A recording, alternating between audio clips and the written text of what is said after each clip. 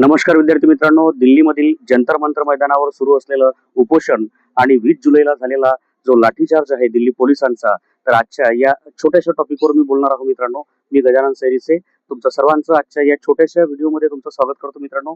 आपण पाहतो आहोत की भारतातील एक असेच सायंटिस्ट की जे आतापर्यंत कोणाला माहिती नव्हते, सोनम वांगचुक. ठीक आहे. परंतु जेव्हा उल्लेख होतो थ्री इडियट्स मूव्हीचा, तर त्या मूव्हीमध्ये आपण पाहतो की कशा प्रकारे फुनसुक वांगडू यांचा रोल आमिर खान यांनी निभवलेला आहे. तर ते पूर्ण जे मूव्ही आहे, तर ती सोनम वांगचुकच्या जीवनाला प्रभावित होऊन बनलेली एक मूव्ही आहे. असा व्यक्ती या ठिकाणी आपण पाहतो की जंतर मंतर उपोषणाला बसते. आणि उपोषण कशासाठी, तर आजच्या एज्युकेशन सिस्टम बद्दल. ठीक आहे. आपण पाहतो की प्रत्येकच स्पर्धा परीक्षेमधील म्हणा किंवा नीट आहे किंवा स्पर्धा परीक्षेमधील काही पेपर आहेत, त्यामध्ये टीईटी असेल किंवा यामध्ये आपण पाहतो की नीट, जेईई, ठीक आहे, टीईटी असेल, बिहार टीईटी असेल, महाराष्ट्र टीईटी एक्झाम असेल.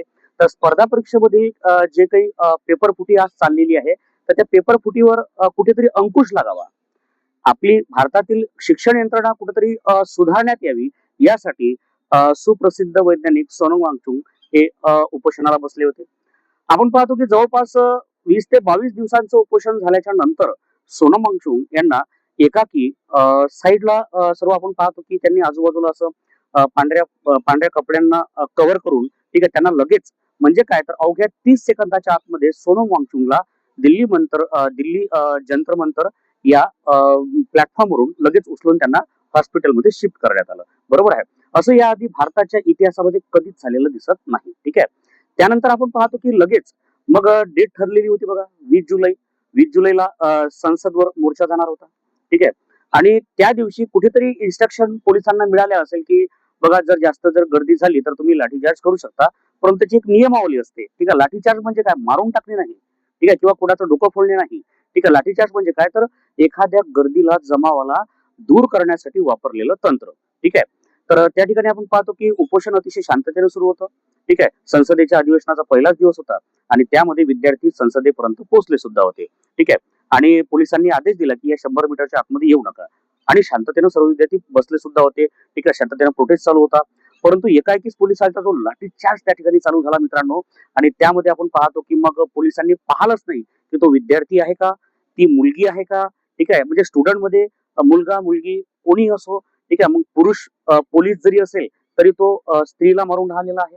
ठीक आहे. म्हणजे एखादी मुलगी आहे ती विद्यार्थिनी आहे. आता आपल्याला सर्वांना, भारतीयांना माहित आहे, असं नाही आहे की शिकलेल्या लोकांनाच माहित असेल. जे लोक अशिक्षित आहेत त्या लोकांना सुद्धा माहिती आहे की आपण पाहतो की लेडीजला पकडण्यासाठी, लेडीजला मारण्यासाठी काय पाहिजे, तर पोलीस कॉन्स्टेबलच असली पाहिजे किंवा पोलीस महिलाच असली पाहिजे. परंतु दिल्लीच्या जंतर मंतर मैदानावर अशा प्रकारचा जो अमानुष छळ या ठिकाणी झालेला आहे, तर हे राईट्स तुम्हाला कोण दिले? आपल्या संविधानानं दिलेले आहेत का? नाही. तर आपण पाहतो मित्रांनो की संविधानामध्ये प्रत्येक कलम, उपकलम या गोष्टींची चर्चा केलेली आपल्याला दिसते. बरोबर? ठीक आहे. आता आपण पाहतो की जे प्रोटेस्ट करणं आहे किंवा आपली एखादी मागणी सरकारपर्यंत पोहोचवणे, ठीक आहे, हा जो अधिकार आहे, हा संविधानातील कलम 19 अंतर्गत संपूर्ण भारतीयांना तो प्रदान केलेला आहे. ठीक आहे. हे आपल्याला माहिती आहे. आता एखादी जर मागणी सरकारकडे करायची असेल तर शांततेच्या मार्गाने तो सरकारला करू शकतो. ठीक आहे. तर हा अधिकार आपल्याला कलम 19 अंतर्गत दिलेला आहे. परंतु आपण पाहतो की शांततेच्या एका आंदोलनाला अतिशय भयानक स्वरूपाचं जे काही स्वरूप या ठिकाणी या यंत्रणेने, शासन यंत्रणेने मिळवून दिलेलं आहे. ठीक आहे. आणि आतंकवाद्यासारखं ट्रीट केलं जात आहे बघा विद्यार्थ्यांना.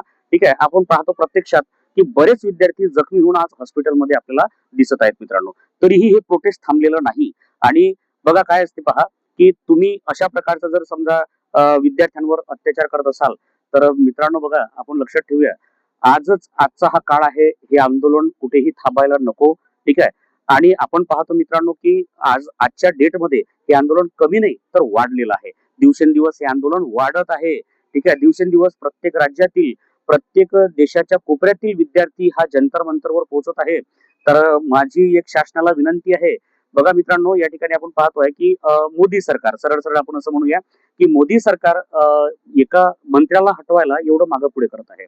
ठीक आहे. जो मंत्री 10 ते 12 वर्षापासून, ठीक आहे, शिक्षा मंत्री म्हणून त्या ठिकाणी बसलेला आहे. ठीक आहे. ज्याला शिक्षणामधलं ढ सुद्धा माहित नाही. ठीक आहे. त्या व्यक्तीला तुम्ही तिथं बनवून ठेवलं, आतापर्यंत सहन केलं. परंतु जेव्हा पाणी डोक्याच्या वर नाकाच्या वर जाते मित्रांनो, तर तेव्हा हातपाय मारतात म्हणतात, बरोबर आहे. तर तोच प्रयत्न हा होता मित्रांनो. बघा या ठिकाणी आपण पाहतो की आज पोलिसांनी केलेला अत्याचार याविरुद्ध आपला सर्वांचा निषेध आहे आणि आपलं जे उपोषण आहे, आंदोलन आहे ते सुरूच आहे. सोहम वांगचुक त्यानंतर अभिजित दिपके या दोघांनी सुद्धा किंवा बरेच असे सहकारी मित्र आहेत, त्यांचं उपोषण आजही आपल्याला सुरू दिसते आहे. तर या उपोषणाला आपल्याला सर्वांना पाठिंबा द्यायचा आहे मित्रांनो. या झालेल्या 20 जुलैच्या हल्ल्यामध्ये पोलिसांच्या या क्रूर कृत्यामध्ये ठीक आहे, जे काही घडलं त्या सर्व गोष्टींना माझा या गोष्टीला 100% या ठिकाणी निषेध आहे मित्रांनो. तर हा व्हिडिओ सर्व विद्यार्थ्यांपर्यंत पोहोचला पाहिजे बघा. त्यासाठी जास्तीत जास्त शेअर करा मित्रांनो. आणि पुढील आणखी चांगल्या माहितीसाठी किंवा आपल्याला यामध्ये आणखी काय चर्चा करता येईल ते जाणून घेण्यासाठी चॅनलला सबस्क्राईब करून ठेवा बघा. Thank you so